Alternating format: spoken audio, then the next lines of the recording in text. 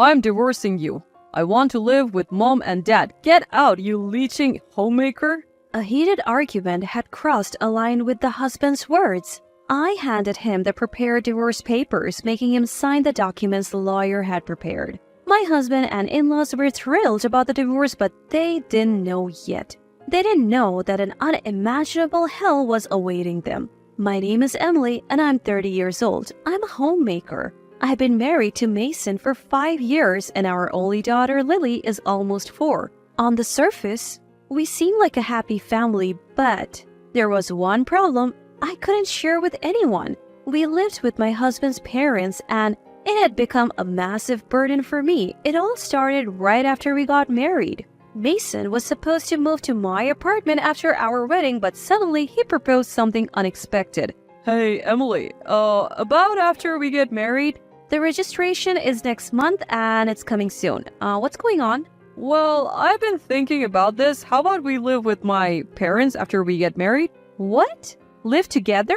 I was speechless at the sudden proposition. Seeing my reaction, my husband hastily added, Oh, I don't mean forever. We'll want our home someday and we'll need a car when we have children. So I want to save money for that time. I understand wanting to save money, but do we have to live together? My parents said we could live there for free. They're getting old and they said it would be comforting to have us around. I appreciate their kindness, but I'm serious about saving money for our future, Emily. So I want to save on rent until we have kids. Please, I beg you. My husband repeatedly pleaded, leaving me in a difficult position. It was hard to refuse when we cited saving for our future as the reason for living together, and this arrangement was only to last until we had children. My husband's salary isn't all that high. That's why I can understand my husband's argument that we should live with my parents and save on living expenses by saving money. Eventually, I gave in, and reluctantly we decided to live with my in-laws. For the first few months, living together wasn't a problem. We both saved part of our income in a joint account and everything was going smoothly. Then, my pregnancy was confirmed. When I reported it to my husband, the news immediately reached my in-laws as well. That's probably when my nightmare began. After becoming pregnant with his child, my mother-in-law started to become more and more harsh. Upon getting pregnant, I switched to working from home, and my mother-in-law said to me in a stern tone, Emily, what are you doing at home while my son is out working? I'm working too? Huh? What kind of work? You're just playing around on the computer. No, this is my job. I switched to something I can do at home because of my morning sickness. But no matter how I explained, mother-in-law just shook her head and sighed. My goodness, what an awful daughter-in-law. You're just trying to deceive us, aren't you? Morning sickness is nothing. Lying to get out of work is despicable. Wait a minute. I really just switched to working from home. Quiet. Don't talk back to me. You're just a daughter-in-law. If you're just going to play on the computer, at least take care of the house. And so, my days of being forced to do housework without acknowledgement of my work from home continued. Morning sickness can vary day to day. Some days, life goes on as normal, but others, it's so agonizing I can't even get up. No matter how much I tried to explain, mother-in-law wouldn't budge. In fact, every time I opened my mouth, she would scream, It's a lie. It's an excuse. And wouldn't believe a word I said. And to think mother-in-law herself went through the pain of childbirth with her son Mason. As for my father-in-law, he's always been a man of few words. He's quiet, but he never intervenes between mother-in-law and me and is firmly on mother-in-law's side. All the while, I'm being lectured by mother-in-law. He has this creepy grin on his face. I've sometimes thought it would be better to go to the office instead. But the trauma of feeling sick while outside made it impossible for my body to endure commuting during pregnancy. However, if I kept being harassed by my in-laws every day, the stress would build up. I decided to talk to my husband about it. Mason, I hate to bring this up all of a sudden, but can we stop living with your parents? What? My husband looked at me bewildered and asked, What's wrong all of a sudden? I don't want to say this, but living with your parents, it's reached its limit for me. What do you mean limit? Did something happen? Well, every day when you're not around, I've been harassed. Harassed? I told my husband everything from mother-in-law's snide remarks to my father-in-law's cold attitude. Tears welled up as I spoke, and though I was choked up, I firmly conveyed how unbearable my life had become. Mason will surely respect my feelings above all. Our monthly savings might decrease a bit, but he will definitely understand. But what came out of my husband's mouth were words I could never have imagined. Hey, isn't this Emily's fault? What? No, I mean, if mom and dad are behaving like that, it must be for a serious reason. You get scolded like that because you don't do what mom says, right? I never thought I would be blamed, and I was bewildered. Wait, just wait a minute. I told you, Mason, didn't I? I have switched to working from home. But that doesn't mean I'm not working at all. It's impossible to take on all the housework during work hours. Do you want to say that mom and dad are wrong? We're living here for free, just listen a little. Dad and Mom. Oh, anyway, this is Emily's fault. Don't trouble my precious parents any further. My husband ended the conversation unilaterally and left the room. Dad and Mom, how old are you? I explained everything. So why do you only defend your parents and not me? If I knew it would come to this, I would never have agreed to live together in the first place. But I don't have the courage to leave this house now. I'm about to give birth. If I become alone now, I can see that life will be hard. That thought held me back, and I couldn't bring myself to divorce. Time passed, and I safely gave birth to my daughter. I think I endured well, all things considered, against the harassment of my in-laws and my husband's incomprehension. I wanted to divorce as soon as possible, but I couldn't because my husband and in-laws loved our daughter so much, and I couldn't bear to take our family away from her.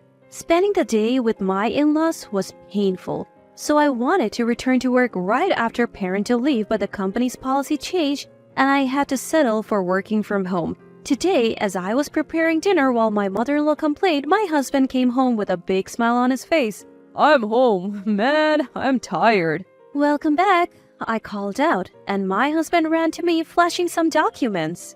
What's this? You won't believe it. I bought a high-rise condo today. What? A high-rise condo? You bought it? You're joking, right? It's not a joke.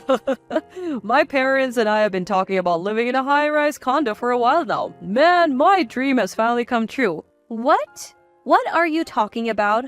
Ignoring my confusion, my in-laws were cheering and saying well done to my husband. I was so taken aback that I hurriedly questioned my husband.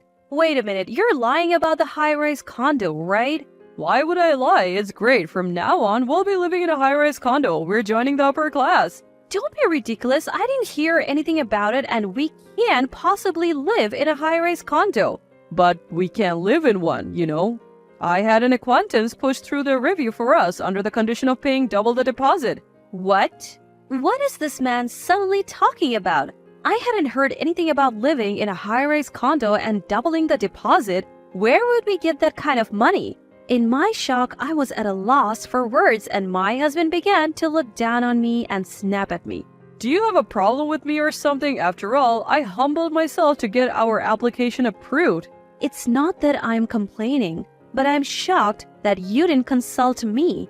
Why aren't you saying anything to me? What about our plans to save for a home and car? If I had told you, you would have just objected, right? What? I had planned to live with my parents after we got married from the start, and I never, ever intended to move out. What? What do you mean? Then what about saving money? I just made something that sounded good. All I ever wanted was to live with mom and dad. That's all. My husband deceived me? I never knew he could have such a scheme.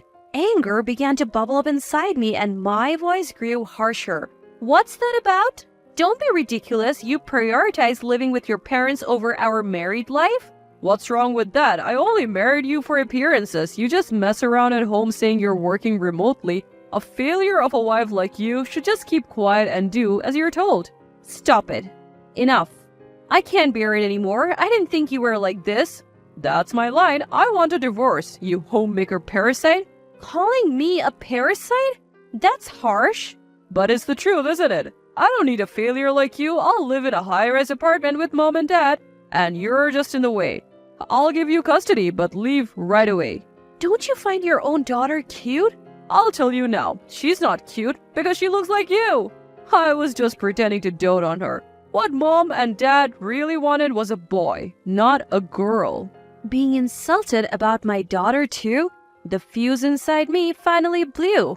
I understand. If you say so, I will leave. But I need a week because of Lily. Alright, you will leave without fail after a week, right? Thus, my preparations for revenge began. The next day, I headed to a law firm to have a pledge prepared that stated no contact after divorce. The deadline of a week was short, but I did everything possible towards the divorce. A week later, I handed over the prepared divorce papers and had him sign the documents the lawyer created. As I left with my daughter clutching our belongings, my husband and in-laws sneered and said, You're finally leaving? We're moving to a high-rise apartment soon and it's going to be amazing. We can sell this house and use it for the new home's mortgage. 2 birds with 1 stone, right, Mom? Absolutely. Living with just Mason and Dad, I'm so happy. As my daughter and I left my in-laws' home, I silently smiled to myself in my heart. They should enjoy themselves while they can. They'll have to face reality soon enough, right? A few months later, as expected, a call came from my husband. Emily, please help me. What happened? Stop the weird jokes. Please come back right now. If things continue like this, we'll be kicked out of the high-rise apartment. I thought it might be something like that. What? Yes, I knew it. I knew that my husband and his family would end up like this. You couldn't pay the loan, could you? How did you know that? Come on, it was obvious. Your salary isn't that high. At first, you managed to pay it off with the money from selling your family home, but now you can't. And you panicked and called me. That's it, right? If you know, then help us. Our joint account has less money than I thought. There should have been several $100,000 in there. Of course, when we divorced, I withdrew exactly half the money. What? My husband seemed unaware, but during that 1 week when I was preparing for the divorce, I had withdrawn half the money from our joint account and transferred it to my own account. It seems he was relying on that money. Without confirming, he now faced the reality. Oh, wait. Taking it out on your own is unfair, isn't it? Unfair? How so? That money was something we both saved a fixed amount into after we got married. What's wrong with me taking half as property division? It's a valid reason. Besides, you've always treated me like a parasite since I worked from home, right? Don't joke around. My parents' savings are almost nothing, and we didn't get much for selling the family home. I was planning to use the money from our joint account for the loan payment. Give it back. That money is mine. Don't joke around. Those are my words. I yelled back at my husband over the phone in a low voice. This is what happens when you sign contracts for things you can't afford. You got what you deserved. What? Just so you know, since you signed that affidavit, you owe me compensation if you involve me in anything. Should I claim it right now? Then my husband pleaded, tears in his eyes. Give me a break. Annoying, isn't it? Then live peacefully with your beloved dad and mom, the family you love so much. I finally found happiness by getting away from trash like you. Stay away from me and my daughter forever. In a huff, I hung up the phone and deleted my husband's contact information. I hadn't given my new address, so we likely wouldn't meet again. From what I had heard, my husband and in-laws quickly fell behind on their loan payments and were soon evicted from their high-rise apartment. When they sold the new house to pay off the debts, only the debt remained. Since their family home was already sold, the 3 of them were now living in a cramped apartment. With only Mason's salary, they couldn't afford decent meals and seemed to be wasting away day by day. Rather, it seemed like a fitting punishment. On the other hand, I had rented a new house near my workplace and was enjoying peaceful days with my daughter. Work was going well and I had even been promoted recently. I was able to save a decent amount of money for my daughter. Lily, I'm sorry. Are you lonely, just you and mom? I asked my daughter on the way to the childcare center. Lily, I hated daddy when he was mean to mommy. I hated grandma and grandpa too. What? Lily loves mommy. As long as mommy is here, it's okay. Oh, Lily. Mommy, stay with me forever. With those words, my daughter tightly grasped my hand. The bitterness and resentment that had been lingering in my heart slowly started to unravel. I will make this child happy, no matter what, I vowed to myself, squeezing my daughter's little hand in return.